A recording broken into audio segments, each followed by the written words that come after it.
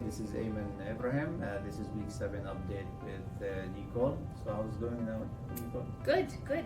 So did you lose any weight last week? Yeah, I lost 4 pounds. Last week. And how much total weight did you lose so far? 12 pounds. Oh, so 12 pounds in 7 weeks. That's not bad. No. But considering you did some mistakes and Yes. because we're still learning, right? So Yes. okay. And do you think you're still on track for your goal? Yes, absolutely. I'm becoming more and more familiar with fasting and learning better as I go along. And the more that I learn, I can tell that I'm able to apply better. So it's totally becoming a lifestyle change.